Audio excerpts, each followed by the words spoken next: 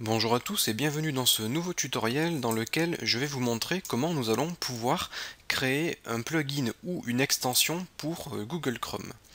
Donc les extensions, ça se présente de la façon suivante. Vous avez par exemple ici à côté de votre barre de recherche des petits icônes et ces icônes, lorsque vous allez cliquer dessus, eh bien ça va ouvrir votre extension et par exemple là dans le cas de cette extension, elle me permet d'afficher le catalogue de formation facile.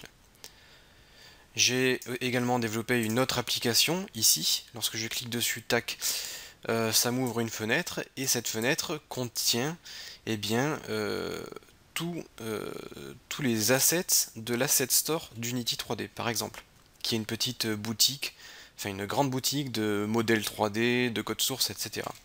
Donc les extensions, ça peut se présenter sous cette forme, et vous allez pouvoir en trouver des milliers et des milliers sur le Chrome Web Store, donc c'est chrome.google.com/webstore, et là vous allez pouvoir retrouver des milliers d'extensions.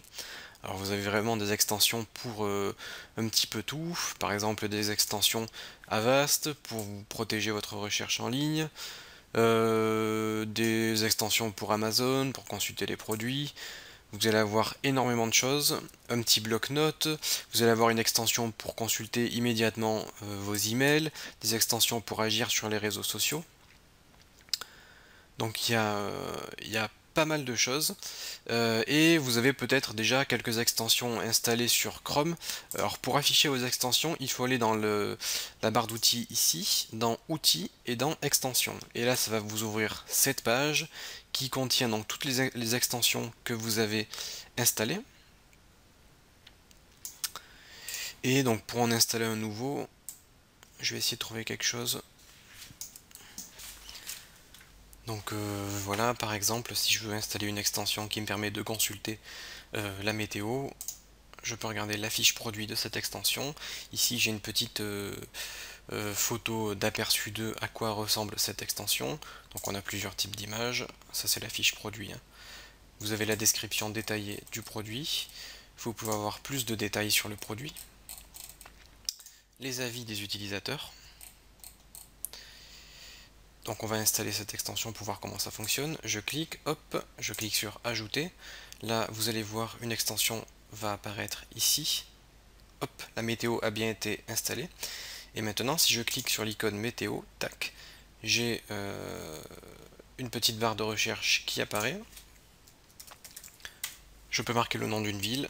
Ça me sélectionne toutes les villes qui correspondent à ma recherche. Je clique sur celle qui m'intéresse et là, tac, j'ai la météo qui s'affiche et qui me donne donc les informations sur les températures de chaque jour de la semaine. Donc après, les extensions sont plus ou moins complexes. Vous pouvez modifier la source. Donc là, ça va chercher les informations sur Yahoo. Vous pouvez modifier si vous voulez les températures en Fahrenheit ou en Celsius. Vous avez certains paramètres qui peuvent s'afficher. Et là, vous voyez, on a 18 degrés. Donc ça nous affiche la température actuelle à Paris. Donc voilà à quoi peut ressembler une extension. Donc vous en avez plein. Hein. Et là du coup, si je veux désinstaller l'extension que je viens d'installer, je me rends ici dans mon panneau extension. Je peux décider de l'activer ou de la désactiver, et je peux même décider de désinstaller totalement cette extension. Hop, je la supprime. Donc c'est ces choses-là que nous allons apprendre à développer ensemble. Donc moi, ce que je vous propose, c'est qu'on fasse une extension simple, par exemple un petit bloc-notes dans laquelle on va pouvoir eh bien noter la liste des choses à faire ou la liste des courses. Donc on va se faire une petite extension bloc-notes dans laquelle l'utilisateur pourra écrire du texte et enregistrer le texte. Donc pour créer une extension, nous allons déjà travailler dans un dossier. Moi, mon dossier, je l'ai appelé tuto Chrome, et c'est dans ce dossier que je vais créer ma première extension. Donc quand vous créez une extension, il faut créer un dossier que vous allez nommer de la même... Enfin, vous allez donner le nom de votre extension. Donc moi, ça sera par exemple post-it. Et c'est dans ce dossier post-it que je vais créer tous les fichiers qui vont composer mon extension. Donc le premier fichier à créer, c'est un fichier manifeste. Donc on va créer un fichier texte simple, et ce fichier texte, on va le renommer en manifeste.json.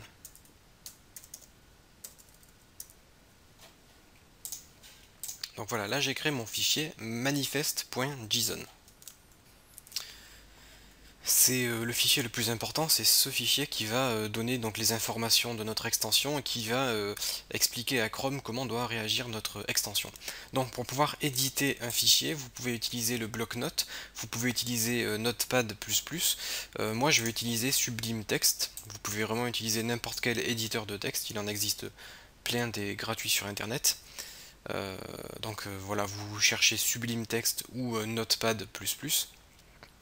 Et vous pouvez éditer votre fichier manifest.json.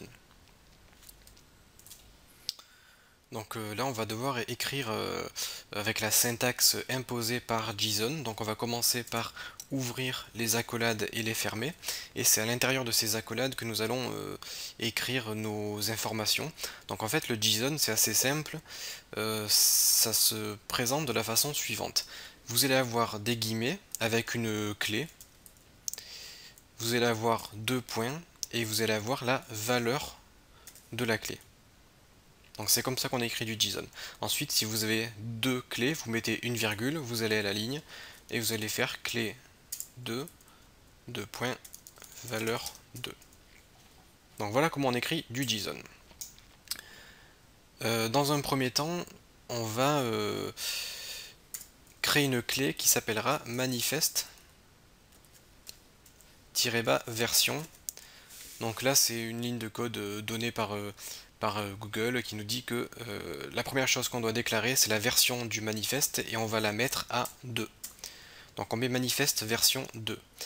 La seconde clé, donc là je mets une virgule, la seconde clé ça va être le nom de notre extension. Donc en anglais on dit name. Le nom de notre extension, eh bien ça va être par exemple post-it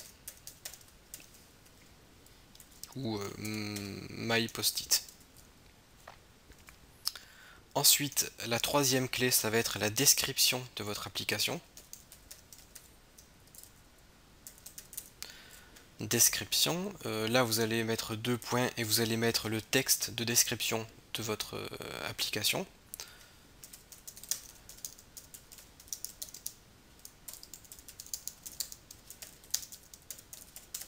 Donc moi je marque prenez des notes en un clic dans votre navigateur. Donc là ça va être la description qui va apparaître lorsqu'on verra mon application. Ensuite une autre clé ça va être la version de votre extension. Donc là on est en version 1.0. Voilà. Et là ça va être un tout petit peu plus complexe. On va avoir une clé qui va prendre plusieurs valeurs. Donc notre clé suivante sera browser-action. Donc en gros, là c'est la clé la plus importante, c'est celle qui va définir les caractéristiques de notre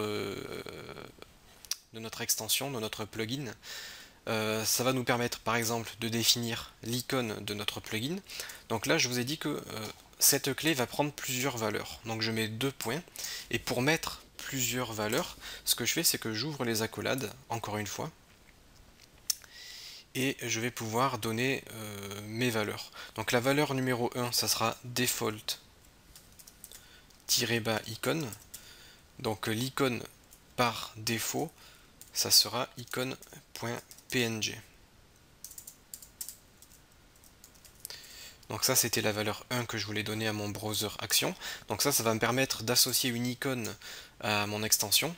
Donc quand vous regardez ici, vous voyez qu'on a bien des icônes différentes. Et la deuxième valeur, donc en fait on peut faire plusieurs choses avec une extension. Moi ce que je propose c'est qu'on ouvre une petite fenêtre, comme je le fais par exemple pour formation facile, tac, quand je clique ça m'ouvre une petite fenêtre. Donc moi je vous propose qu'on fasse une extension qui réagisse de cette façon, et pour ouvrir une fenêtre on écrit default-pop-up, et cette default pop-up va charger un fichier qu'on va appeler par exemple popup.html. Donc là c'est terminé pour notre fichier manifeste. Donc je l'ai enregistré, là on a notre fichier manifeste.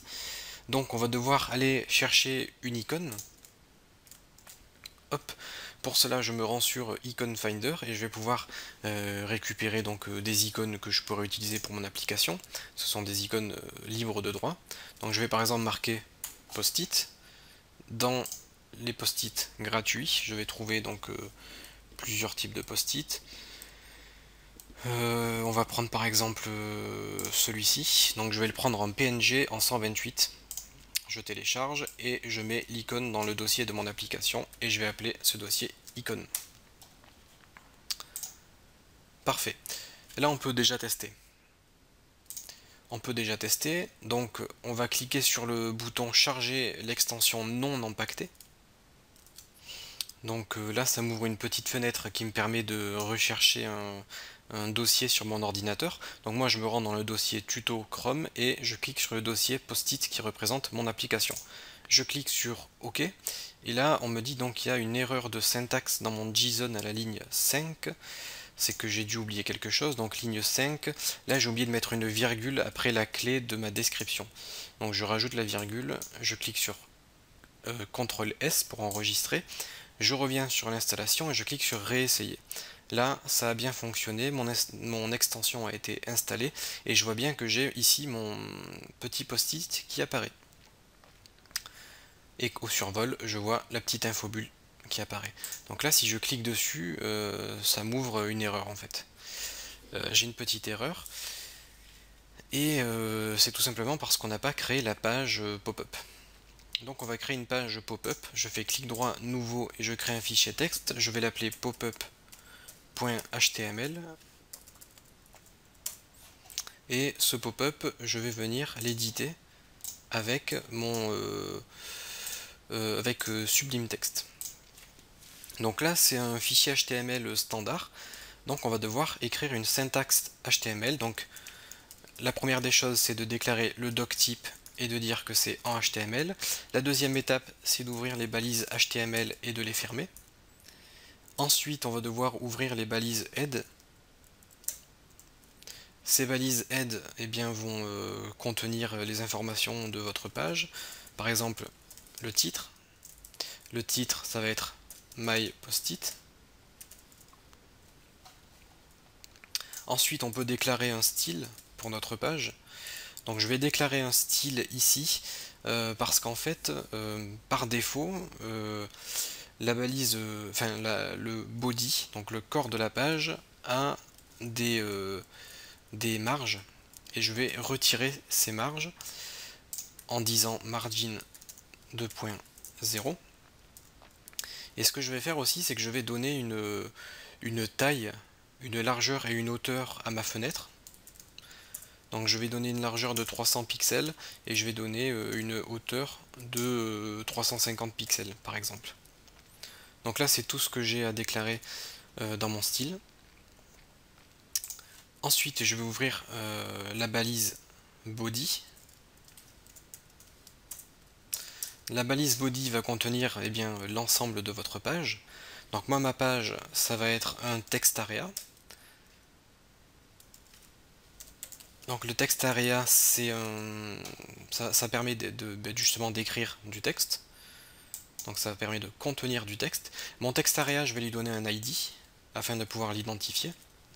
Je vais l'appeler txt.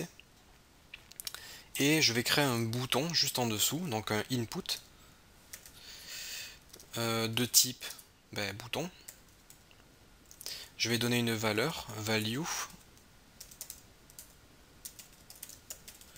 Je vais mettre enregistré et je vais donner un ID et je vais dire ID est égal à btn afin de pouvoir l'identifier. Donc j'enregistre, je retourne dans mon gestionnaire d'extension, je vais actualiser mon extension et cliquer sur le note. Donc là on voit que j'ai bien mon text area, mon bouton enregistré et on voit que j'ai une fenêtre aux bonnes dimensions. Donc là c'est bien ce qu'on a écrit dans notre code, on a créé un text area et on a créé un input. On a la possibilité de faire clic droit inspecter l'élément, hop, pour pouvoir inspecter le contenu de notre pop-up. Donc on voit le text area, le input et on voit le style.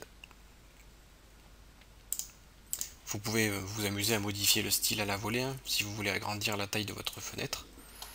Donc moi ce que je voudrais, c'est que ma text area prenne la totalité de la page. Donc pour cela, je vais ajouter un petit style sur ma text area. Et je vais dire text area, je vais mettre une largeur donc width de 100%. Et je vais mettre une hauteur de 100%. Et pour la coller au bord de ma fenêtre, je vais mettre un margin 0. J'actualise, j'ouvre ma fenêtre et on voit que je peux écrire dans ma text area et que ça prend la totalité de ma fenêtre. Et si ça dépasse, ça me crée une petite scroll bar.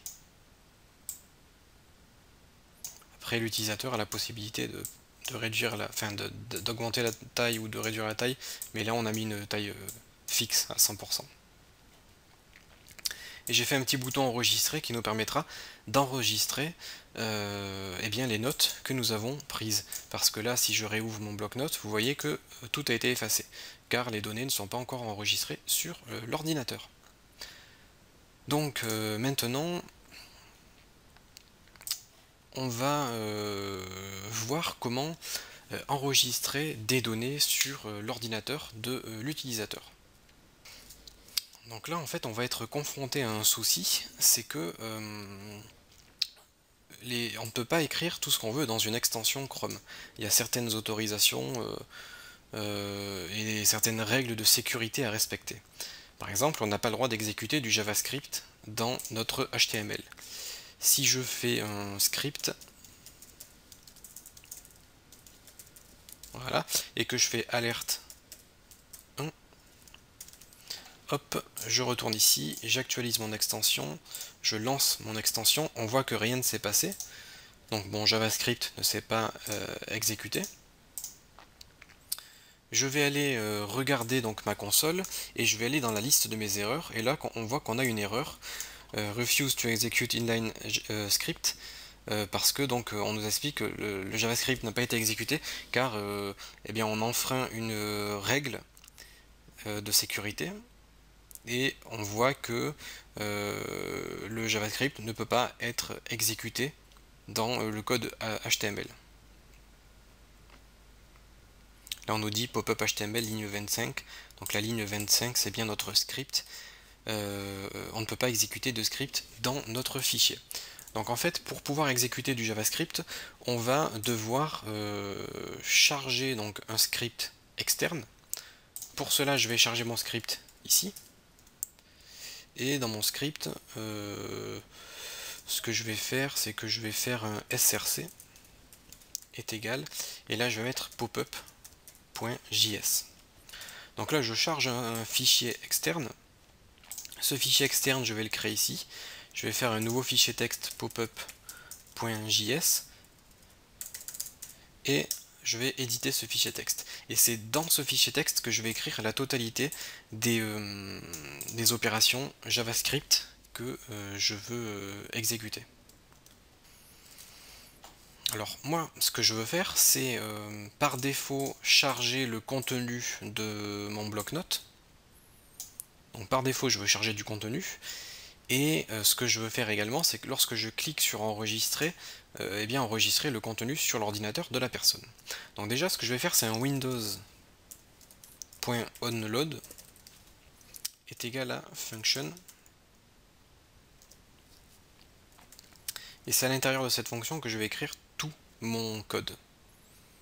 Donc au chargement de ma fenêtre, eh bien je vais exécuter ce code.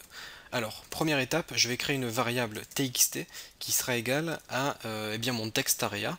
Et pour récupérer mon text area, je vais faire un document.getElementById. Donc ça va me permettre de récupérer mon élément par son ID, et on lui avait mis un ID txt. Si vous vous en souvenez, on avait fait un text area avec un ID txt. Donc je fais un getElementById txt. Je mets un point virgule et on va faire txt.value. Donc la valeur de mon txt sera égale, et là pour l'instant je vais mettre rien. je vous montrerai comment charger des données sur l'ordinateur de l'utilisateur. Je vais créer une deuxième variable que je vais appeler button et qui sera égale à document.getElementsById et je vais aller chercher btn qui est l'id de mon bouton. Et sur mon bouton, je vais ajouter un event listener, donc qui va permettre d'ajouter un déclencheur d'événements. Donc je vais faire bouton, point, et là je vais faire un ajout d'un événement, donc add event listener. Donc je veux écouter lorsqu'un va se déclencher un événement, et moi l'événement que je veux détecter c'est le clic. Donc si il y a un clic sur mon bouton, eh bien je veux déclencher la fonction save data.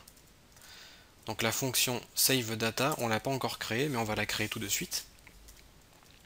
Vous faites un function save data. Et dans cette fonction save data, vous allez enregistrer sur l'ordinateur de la personne les données qui sont contenues dans le textarea. Donc pour enregistrer des données, on fait un local storage .set item et on va mettre txt. Donc en fait, local storage.set item permet de stocker dans la mémoire de l'ordinateur une donnée. Et cette donnée prend deux valeurs. La première valeur, c'est le nom de la donnée, donc le nom de la clé qui va permettre d'identifier la donnée. Donc moi, je veux l'appeler txt, vous pouvez l'appeler comme vous voulez. Et la deuxième valeur, eh bien, c'est la valeur que vous voulez attribuer à cette clé. Donc moi, ça va être txt.value. txt.value représente ce qui est contenu donc dans mon textarea. Et tout simplement, donc, au chargement du document, je veux charger les données qui ont été précédemment enregistrées. Donc ici, je vais faire txt.value est égal à, et je vais faire local storage, et ce coup-ci, ça va être getItem. Et je veux récupérer l'item txt. Donc je vais recharger mon extension, je vais l'ouvrir. Donc si je modifie ma note,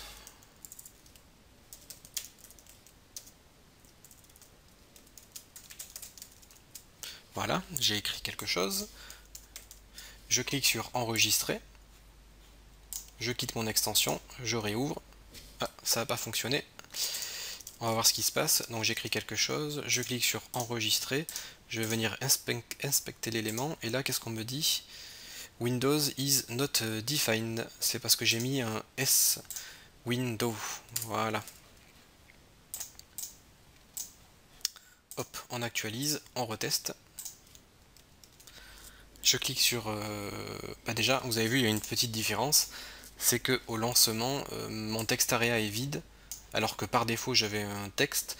C'est tout simplement car je charge la valeur qui a été enregistrée, mais pour l'instant aucune valeur n'a été enregistrée. Donc ça veut dire que ça fonctionne. Donc là j'ai écrit quelque chose, je clique sur enregistrer, je quitte, je réouvre, et là on voit que mon texte a été récupéré. Si j'efface mon texte et que je quitte et que je réouvre, mon texte est rechargé car ça va me chercher les dernières données que j'ai enregistrées. Par contre, si j'efface et que j'enregistre et que je quitte, si je réouvre, rien ne sera affiché. Voilà, donc là vous avez réussi à enregistrer et à charger des données sur l'ordinateur de l'utilisateur. Donc c'est à peu près tout ce que j'avais à vous montrer pour la création d'une extension. Après vous pouvez faire ce que vous voulez, car donc c'est une page HTML. Donc ça veut dire que vous pouvez écrire toutes sortes de codes HTML. Si par exemple je me rends sur un site internet et que j'inspecte l'élément, hop, je peux récupérer une image, donc par exemple la source d'une image. Et si j'ai envie d'afficher cette image dans mon extension, je peux très bien écrire donc img src est égal, et là vous mettez le lien vers l'image. Et si je recharge mon extension,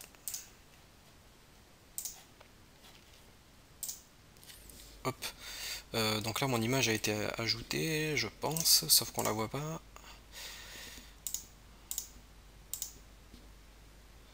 Donc mon image a bien été ajoutée. Il faut que je modifie le style de mon textarea. Je vais faire une hauteur de 60%. Mon image n'est pas affichée, pourquoi ça?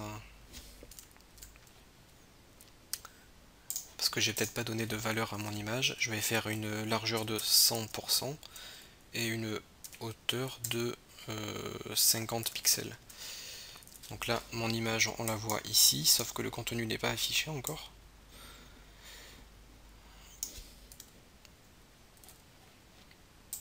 Donc ce que je vais faire pour essayer, c'est retourner dans mon fichier manifeste et je vais ajouter une nouvelle clé que je vais appeler par exemple permission. Et cette clé permission va contenir donc d'autres valeurs. Donc là, ça sera entre crochets. Et entre crochets, vous allez ajouter les permissions. Donc moi, au niveau des permissions, je vais faire http://www.formation-facile.fr afin d'autoriser donc ce site internet d'autoriser ce site internet dans mon extension, pardon. Au niveau du style, je vais faire un texte area avec une hauteur de par exemple 200 pixels et je vais faire une image de largeur on va dire 50 et de hauteur 50. Hop. Ou encore mieux, pour que ce soit plus simple, tac, je vais les afficher mon image, je vais récupérer mon image, je vais renommer mon image, hop, img.png. Du coup, au lieu d'aller chercher tout ça, je vais juste chercher img.png qui se trouve directement dans mon dossier extension. Je vais mettre un petit peu plus gros pour que ce soit plus facile à voir. Au niveau des permissions, je vais devoir ajouter une permission web-accessible-ressources.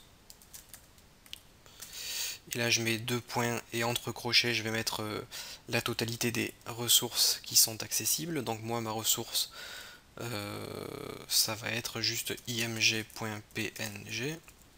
Voilà. Donc là en fait en gros je dis que cette ressource est accessible. Donc ici je mets l'URL. Donc là j'ai bien mon image. D'ailleurs je vais même pas mettre le src, je vais mettre un id est égal à image. Voilà. Ensuite dans mon JavaScript je vais créer une variable var que je vais appeler par exemple imgurl. Donc le lien vers mon image. Et là je vais dire c'est égal à Chrome. Donc là on va utiliser des fonctions propres à Chrome, aux extensions Chrome. Donc je vais faire chrome.extension.getURL. Donc ça, comme ça au moins ça vous fait un petit peu travailler les fonctions Chrome extension. Donc getURL me permet d'aller récupérer une URL.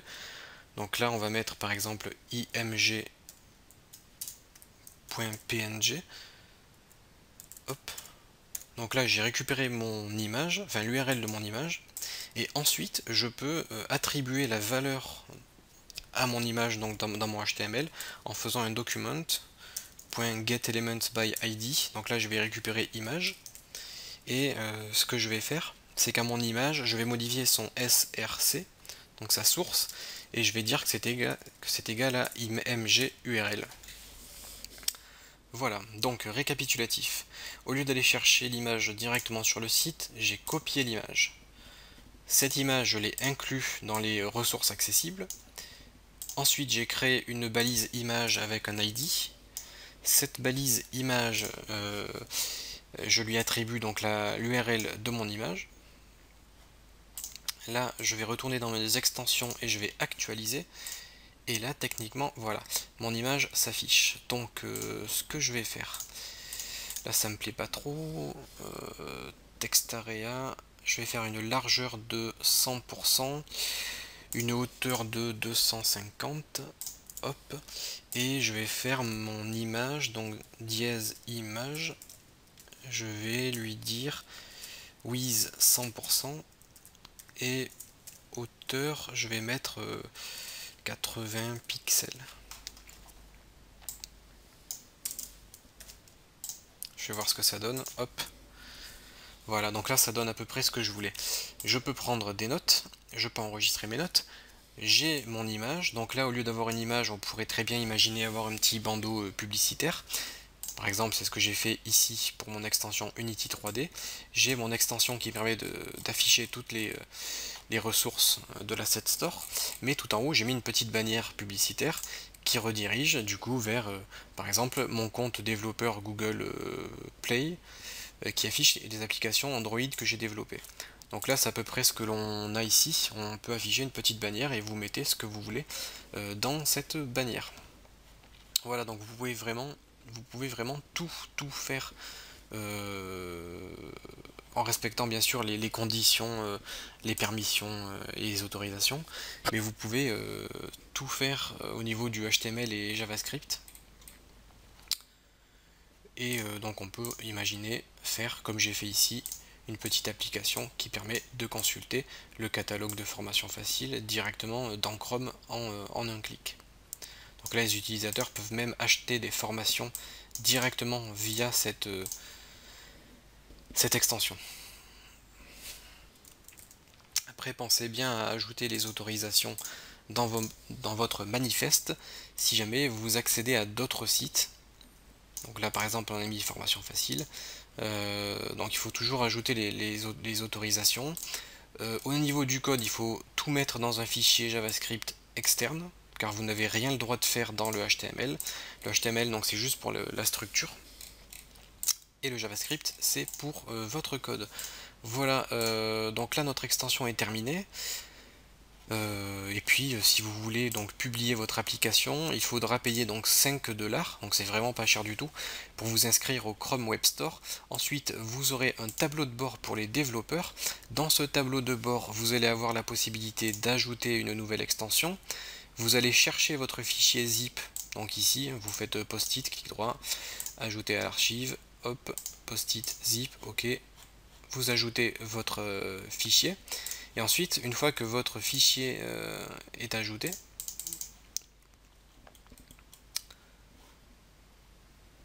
hop, vous allez arriver donc sur une page produit dans laquelle vous allez pouvoir spécifier les images, les noms, écrire la description de votre produit, mettre des icônes, mettre des captures d'écran. Donc vous pouvez mettre plein de captures d'écran, des vidéos YouTube, vous pouvez mettre plusieurs icônes promotionnelles, mettre un lien vers un site web, choisir une catégorie, choisir les régions dans lesquelles votre extension est disponible, choisir la langue de votre application, ajouter un code de Google Analytics si vous voulez voir le nombre de personnes qui ont consulté votre application. Vous pouvez intégrer des produits à votre application, et une fois que votre application est en ligne, hop, elle sera donc consultable sur le Web Store. Vous aurez votre image, votre description, les détails, les avis, vous allez avoir les articles similaires et les articles du même développeur. Donc voilà, j'espère que ce petit tuto vous aura été utile et que vous pourrez désormais donc créer votre propre application pour Google Chrome. Vous pouvez imaginer tout ce que vous voulez, donc il n'y a pas de limite. Il faut juste faire attention aux permissions. Et donc j'espère que vous ferez de belles extensions que je retrouverai sur le Chrome Web Store. Si jamais vous avez une bonne extension et que vous voulez que je la publie sur mon compte, vous pouvez me contacter. À ce moment-là, je mettrai votre application sur mon compte développeur. Au moins, vous n'aurez pas besoin de payer les 5 $ d'inscription au Chrome Web Store. Et je vous invite donc à tester mon application Formation Facile ainsi que l'application Unity Asset Store et bien pour vous faire une idée de ce que j'ai pu réaliser donc avec ces petites techniques que je vous ai montré ici. J'essaierai également de vous mettre le code source dans la description de la vidéo et sur le site pour que vous puissiez donc télécharger mes fichiers de travail. Voilà, donc je vous dis à bientôt sur Formation Facile pour de nouveaux tutos.